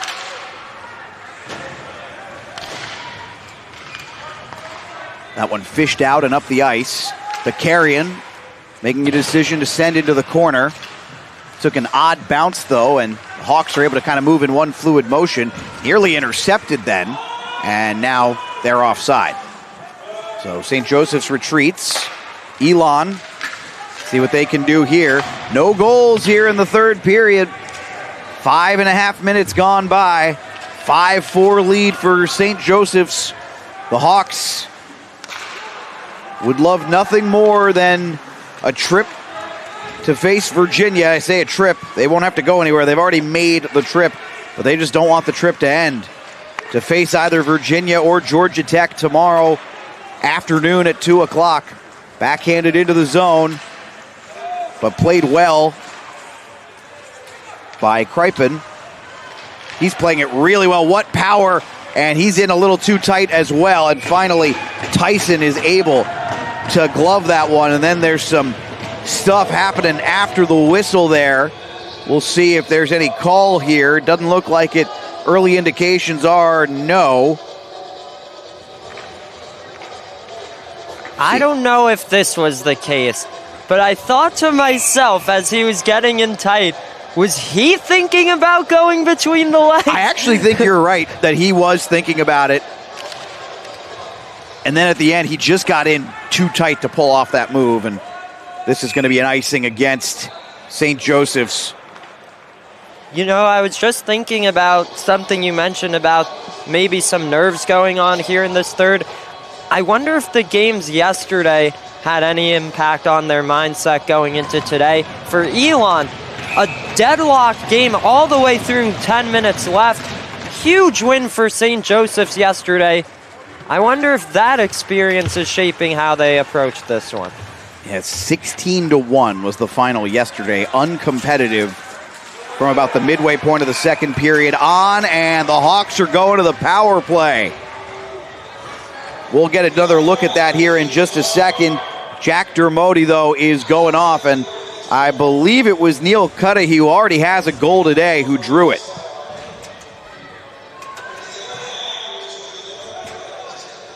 Yeah, this is a great play for Cudahy, and probably going to go for a hook, I imagine, there.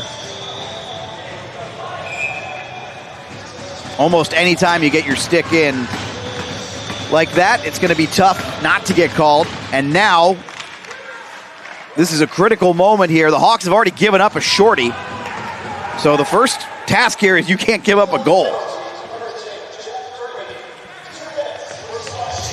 They got him on a slash, actually. Interesting call.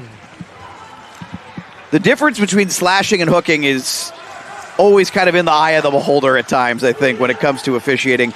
Little opportunity here. Off the rush, puck came loose, and a good stick tie up there to make sure there was no finish. Believe it was Ramarino who would have had his second of the day. It would have been a walk-in goal. Now with speed, here come the Hawks again. Oh, brilliant move, and then lost it at the end, and it's going to be another penalty. 5-on-3 action coming. Well, be careful not to take, if you're St. Joseph's, better be careful not to take a retaliatory call here. I get it, hockey's a physical game, and you got to play with an edge, but you also got to know what the line is. No, from what I can tell, no call, but there was a little shoving after that. So, heading to the box is Ian Russo. We'll have to see here who drew that penalty, because that was a ton of speed on the rush there. I'll tell you what, they sent Russo to the box for what happened after. I thought they got Mikulski on the hook, but it was what happened after. Yeah, that's what I thought as well. Interesting situation. So,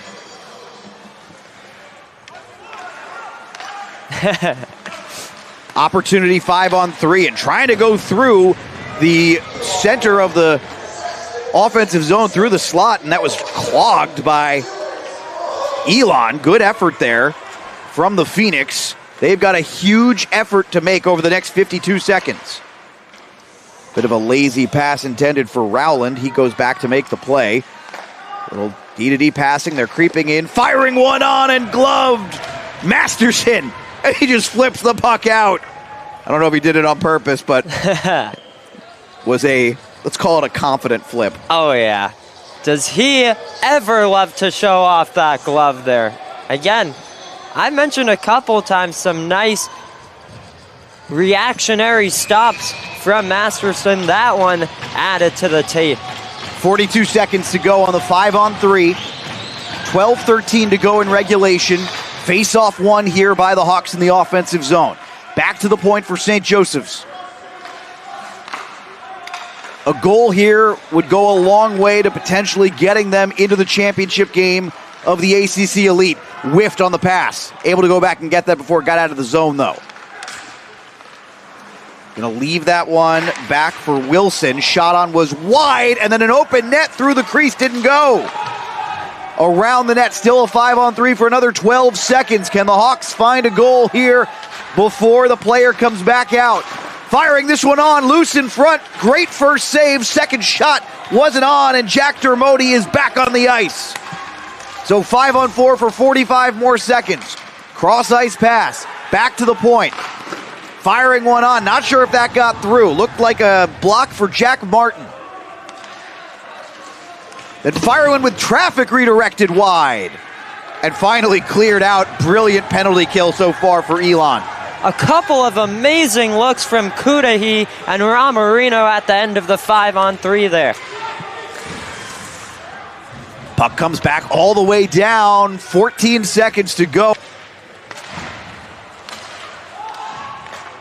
Delayed offside here. They're able to tag back up. Long one sent up by the Hawks. This is also not icing. Possible it hit the official. I'm not 100% sure. Good check down low through the slot. Comes back out. Opportunity developing. Fired on. And Masterson cut off the angle. Oh my, what patience there from Aiden Linzo. Had plenty of opportunities to take that shot, held with it, cruised his way from right to left, right in the slot. Masterson stayed with him the whole way, and we head to the media timeout, still with no goals in this third period. 5-4, we're back in a moment on AAU Plus. The Hawks on top of the Phoenix.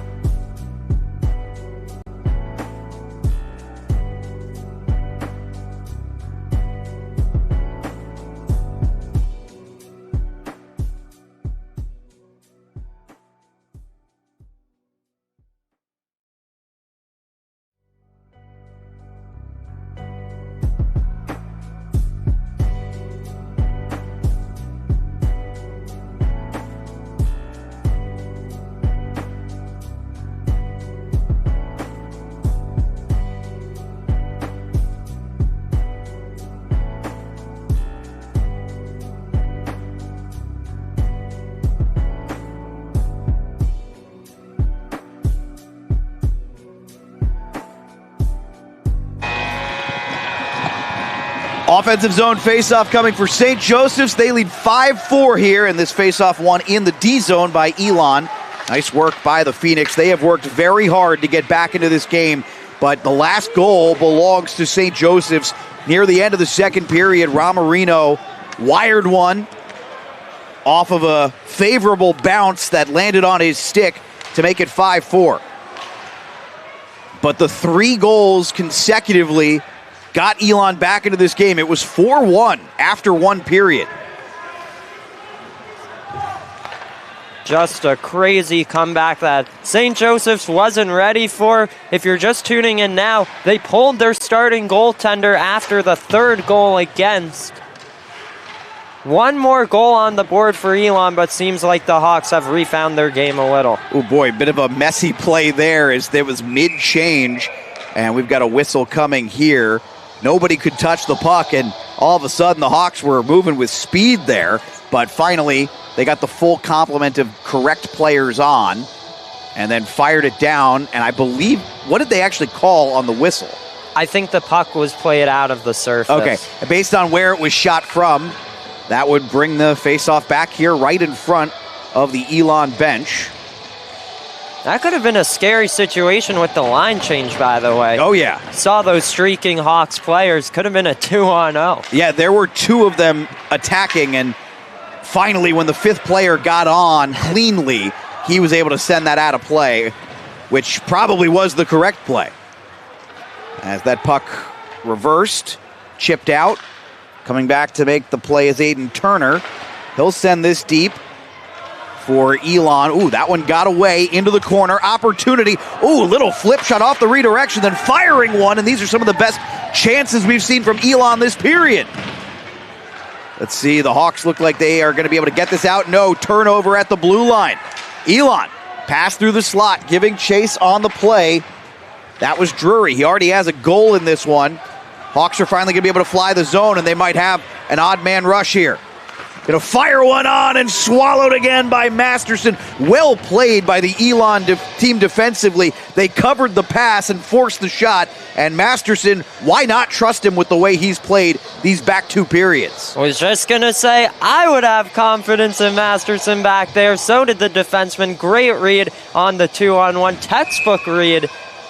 And look at that, right into the chest of the goaltender. He came out and cut it off, and he's been brilliant since. Oh, yeah. Again, 1 goal he probably would want back, but the other 4 really were pretty tough. 41 saves to this point in the game. They would not be here without his performance. It has been a good team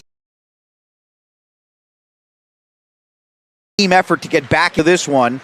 Even when they were down 4-1, you could see there some of the great A's that he made early on carried over, and he really built that momentum and kind of settled in, and he's made some huge saves in the third. This one does not get out. Fired on. Good save. Goalie came out of the net for a moment. Puck was loose. Fired on. Still loose. The second shot never made it through, and the Hawks are able to clear. One thing I've been super impressed with in the third period, Elon's had a bunch of good chances, but St. Joseph's is blocking all the shots. They're really clogging up those shooting lanes and, really protecting their goaltender Tyson back there. What a tremendous third period we have had here. Still no goals, but plenty of action. Elon, though, the Hawks of St. Joseph's have had the better of it in terms of total chances in this third period. The Phoenix have had a couple of great A's, but by and large have not had the puck on their stick enough. They're going to try a little tic-tac-toe passing to dump this one in. Bunch of one-touches, but can't establish the forecheck down low. Puck is on its side. And they waved off the icing. Now, I suspect, is it possible because the puck was already slowing down? I'm not sure he beat him in the foot race. Yeah, I did not think he beat him either, so that could be it. Puck is loose and picked up. Trying to go with the pass into the slot. Well defended.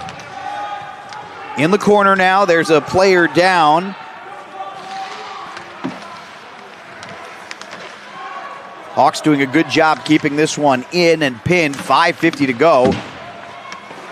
This has been a very fast-moving third period. Not a ton of stoppages, so we're starting to get to that point in the conversation where we're going to be asking, when does St. Joseph's pull the goalie? It's early yet.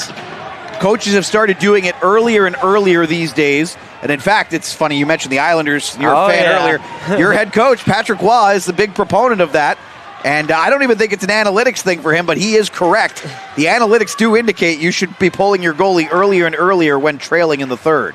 He has 100% converted me on my philosophy with that. Used to think maybe 2 minutes or so.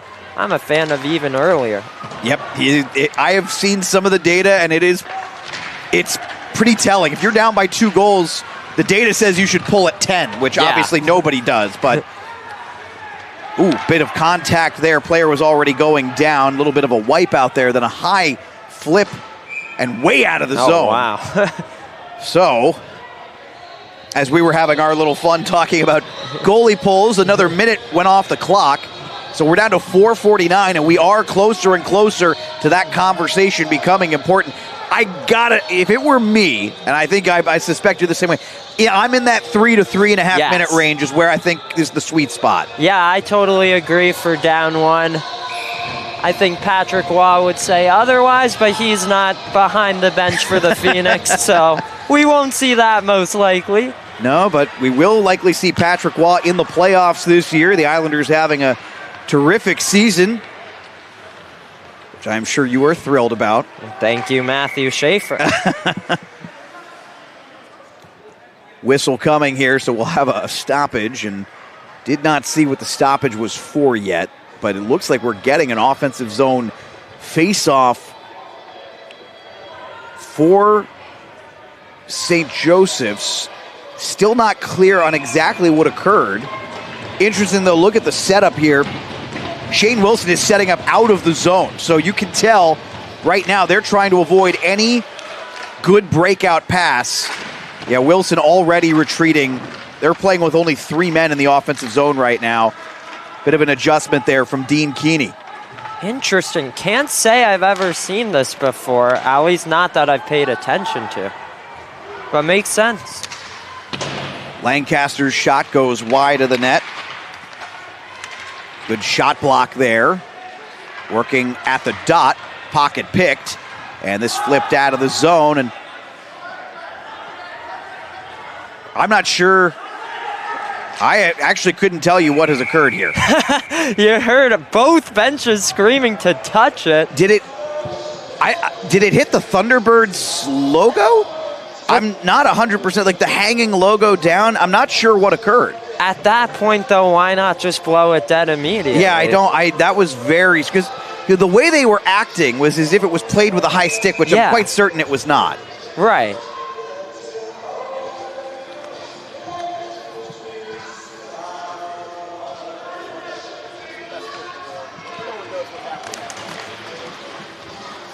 Face-off zone, or face-off one in the defensive zone by Elon. Off the skate, really good opportunity brewing here, but a better defensive effort for the Hawks. We'll get a face-off coming in the Hawks zone. That was Charlie Maratea. Haven't called his name a lot today, which is usually a good thing if you're a defenseman, but really good stick play there by Maratea. We're now at 3:45 to go, and an offensive zone face-off. Good little hit laid there. Puck still has not exited the zone, though. It is now, and the Hawks are probably thrilled with this, as this is a tie-up right in front of their own bench. Finally, back to Elon. Opportunity in the slot. Excellent stick check, and they're going to be able to get this one just out of the zone. A little bit of a hit, missed there, sending that one deep. Actually, really nice effort there from Mikulski not to let that go deep. Now the opportunity in transition. First shot didn't get through. Second shot was whiffed on. Third shot attempt does get through, but saved by the backup netminder Tyson. I think, unfortunately for Elon, there were too many players going for that puck that it may have blocked the chance in front. We'll get another look. The initial one there just couldn't get that shot off. It's right here. No, that's a block from the defenseman there. Really nice work. If not, it was stopped by the goaltender, but it was not the Phoenix getting in their own way. I think Maratea made one of those blocks. Long shot the other way from Ramarino. Good effort there, but excellent save. Ooh, and the referee goes down. Shot from a bad angle, gloved by Tyson. Now, 2:49 to go. Yeah, this is the point at which I think they might be pulling Masterson. I see a lot of top guys out there, including Jay Carter for the Phoenix. Face-off in the offensive zone, but before that, looks like it'll be a timeout. Well, and I was just going to say, it looked like a sixth guy wanted to go out there, but the goalie hadn't left his crease yet. This makes sense, though. You call the timeout here, and you have two options here, I think, especially in this scenario. Either you let him go back out there and maybe you play him close to the blue line or maybe where the Flow logo is, or you just start with him not out at all and you say, hey, go win this face-off. We believe in you. You know, probably Jay Carter, I would imagine. Go win this face-off. Go win this face-off and then start going to work here. Now, I do think we have the clock showing the That's the running left on the timeout. 2:49, I believe, is where we were at. Okay. Our score bug, for those of you at home, because that's actually a very good pull, Sterling. For those of you at home who may be confused, we're showing the countdown remaining on the timeout. Yes. So our score bug will always reflect what's happening on the scoreboard here. Now, with 2:49 to go, you don't have to be incredibly aggressive, so I wouldn't be surprised to see Masterson hovering around the high slot in his own zone, but we'll see. That's just a philosophy question for the coach, and looks like Masterson heading back to his crease. Yeah, so we'll see where he lines up. He's going all the way back, as far back as he possibly can. In the net. All right, well, we'll give this a look here. See, they did it again. They sent 6 guys out, and now they can't drop this puck because they got to send. So I think what they did, they sent Turner back. I wonder if they put 4 forwards out, though. They might have put 4 forwards out here. Won the faceoff, though. That's what matters. It goes back to Carter. Good opportunity here in the slot. Carter got a stick on it, sticked away, and now back the other way on the counterattack. Here comes St. Joseph's. Huge opportunity here to kill some time if you're the Hawks. Coming up with the puck quickly, though, that was Jack Martin. Puck is tied up here near the blue line, loose in the corner now. Stolen away by Ramarino, fired on net, didn't get there. Looks like Masterson's now thinking about going. He seems to be looking to the bench. Good zone entry, shot on was blocked. He's going to have to wait as the blocked shot went out of the zone, and then this was sent all the way down. Now Masterson's going to send a real long pass up, and a good one, I might add at that. Shades of Igor Shesterkin there. Hawks are able to get this one out of the zone, and still no call there, still not pulling the goalie. 1:40 remaining here, and now a tie-up, and this makes total sense if you're the Hawks. You're happy to just melt that clock away. Puck comes loose to the other corner, underneath the red line. Good play there by Alden Turner. I think Kuda, he got a piece of that shot with the deflection. Regardless, that hit the top of the crossbar and popped out. See if we could figure it out on this replay here. Yeah, the reaction was very strange. Yeah, they went off the crossbar and out of play. Because what confused me for a moment, the referee he waved it off. Right. And I was surprised for a moment there. I was like, well, the puck's not in the net. But I understand why he did it. Yeah. Just, confusing me in the moment. Back to the point. Oh, puck is loose here. We're down to 1:20 to go. This has been really good work from St. Joseph's to milk this clock. Another opportunity for Elon, and now he is out of his crease, but Masterson hasn't gone quite yet. They haven't called him yet. Down underneath the red line, pass in front, puck was loose for a moment, no shot. They still haven't pulled him. We're under a minute to go. And a long one sent down. He's way out. Might I know quickly, this is a long shift for this unit. They've been out there for 2 minutes, now getting some new guys out there. Going to try and carry this one out through the neutral zone. Nice little pass with the backhand. Back to the point. That was an opportunity for Mikulski. They finally have removed the goalie. 6 men on. Good job keeping that in by Mikulski. We're down to 25 seconds. Last opportunities here. Shot on against the backup goaltender, didn't get through. Another shot that doesn't get through. Opportunity for a spin-around shot doesn't go. Cleared down the ice, 15 seconds to go, and it's not going to get all the way there. No icing. Going to have to try a stretch pass, but it's blocked. One last shot, and saved by the defender, but it will not matter because with 4 seconds to go, St. Joe's is going to win this one. The Hawks are going to the ACCHL Elite Championship game. A brilliant last few moments did not allow a single shot on goal, and the amount of time they melted off the clock in the run-up to that shift. Just a masterclass performance in the third period, particularly towards the end there. Elon had every reason to try and go full-on attack and just could not get a high-danger chance, and these Hawks fans are loving it. Yeah. However, wait a second. what's happening here? I saw Jay Carter talk to the officials as the clock was expiring.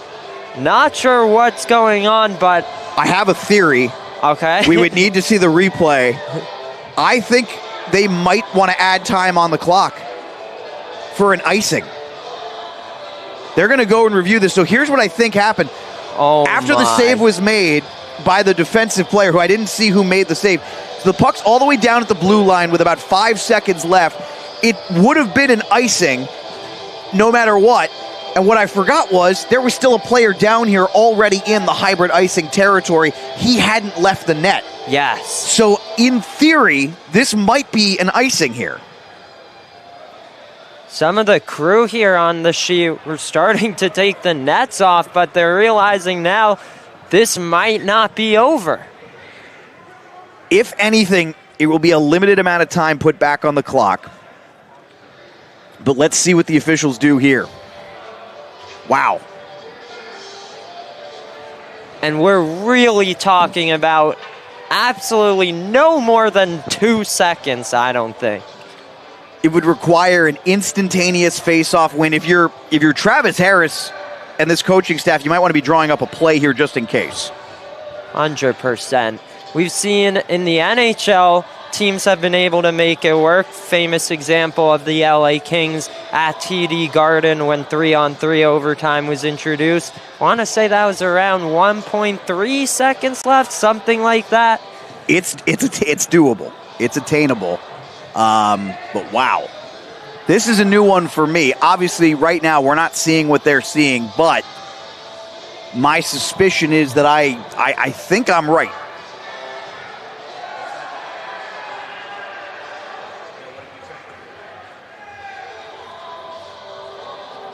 All right, let's find out what they do here.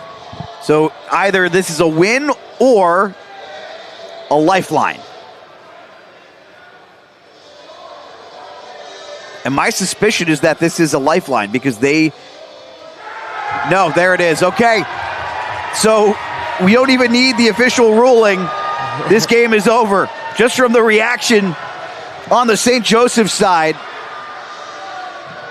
I'd love to get an explanation at some point here, but I think they're making this same point that at the end there, it was a question of whether or not that was icing.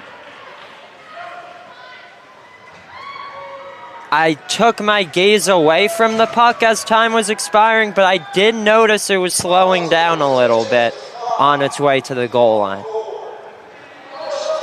If possible, we'd love to see a replay. In the meantime, St. Joseph's victorious 5-4. They led 4-1 after one. Elon powered back in the second with 3 goals to make it 4-4. And Ramarino's goal is going to stand up as the winner. One of the best games of the tournament, maybe the best game of the weekend. And who would have thought, after St. Joseph's had scored 20 of the first 22 goals in the 4 periods of hockey they had played to that point, was going to be in this kind of a barn burner at the end of this one. All right, so we're about to see what we think this was about. And I think you are right. Well, that's the first one, so that's definitely not icing. So he makes the save here, right? This gets sent down. It's going to be right there. So there is a question. There is an arm up by the official there. It's so close. Yeah. And again, maybe 2 seconds. Yeah. Wow. Now, first game of these ACC playoffs, a 1-0 overtime win for Charlotte against JMU. But you gotta feel for this Elon team. I feel like this has to be the most heartbreaking game of the tournament. Amazing comeback. You have the #1 team on the ropes. And a quick answer for St. Joseph's. And their defense able to shut down Elon in the third. Most nights, that's probably an effort where you'd win. Just got off to too slow of a start at the beginning. We're going to take a break here on AAU Plus. When we come back, post-game interviews, analysis, maybe some highlights and more. We're back in just a moment here as they get set up for the next game. Game number 4, by the way, coming up. Should start around 9. Will be Georgia Tech and Virginia. That's the 2-3 game. It's been all chalk so far since that first game, since that since the App State 6-4 win. It's been all chalk since. We'll be back in a moment.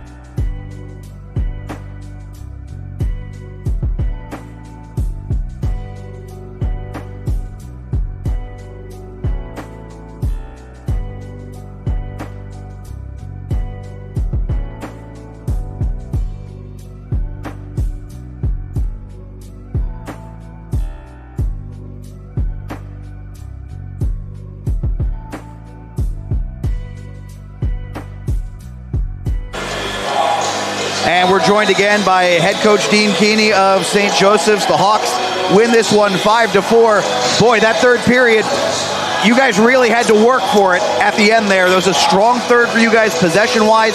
And then take me through the last couple of minutes. Just every time it looked like Elon was about to get a high-danger chance, you guys were able to shut the door. Well, everybody put their bodies on the line in the last, 10 minutes of that period. We're getting in front of shots. Everybody was blocking shots. They knew we had to get the puck out of the zone.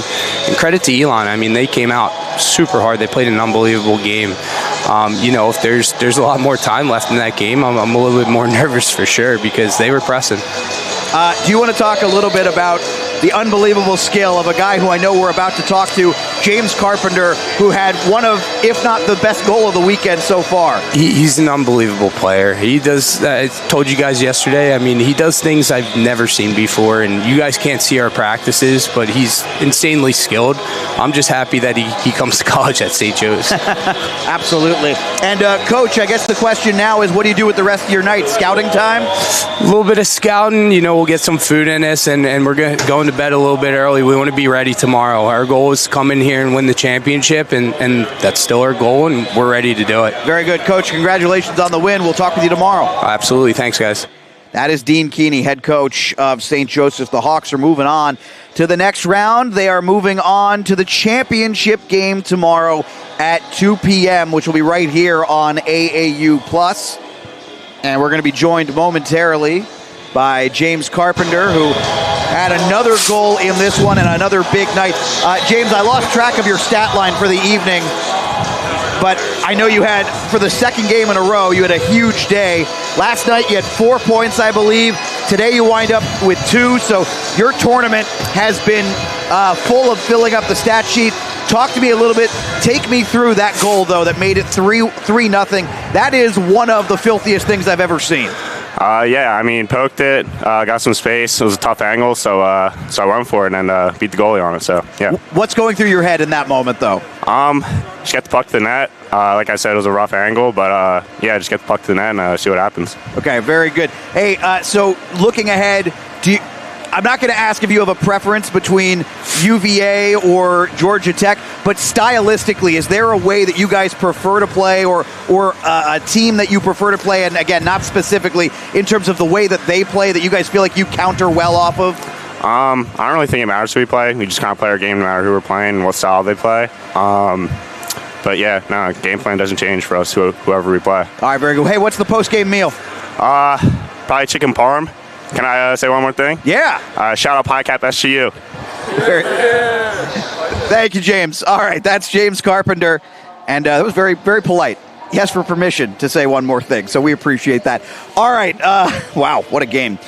That was tremendous. I maybe the best period without a goal in this tournament. And again, I go back. I know you weren't here for the SEC game between Auburn and Ole Miss. There were no goals scored in that first period. It was a tough watch. There were only 10 shots in the whole period. Everything was a little disjointed. I don't think there was anything disjointed about that third period. Those were two teams who were playing very, very hard for the next goal. It just so happens it never came. St. Joseph's on the back end. I talked about the block shots. I would describe that third period as an incredibly gutsy effort, protecting their goaltender, who coming into this game, you're the backup, you just cruised to a 16-1 victory, and probably didn't think you were going to get some time today. Threw him right in the middle of the game with a one-goal game. That was a one-goal against performance for Cooper Tyson. And did he ever play well as well? Just well-deserved championship appearance for St. Joseph's tomorrow. That said, we're done for now. We're going to take a break here. Fourth game coming up between Virginia and Georgia Tech. We'll be back here in a few minutes.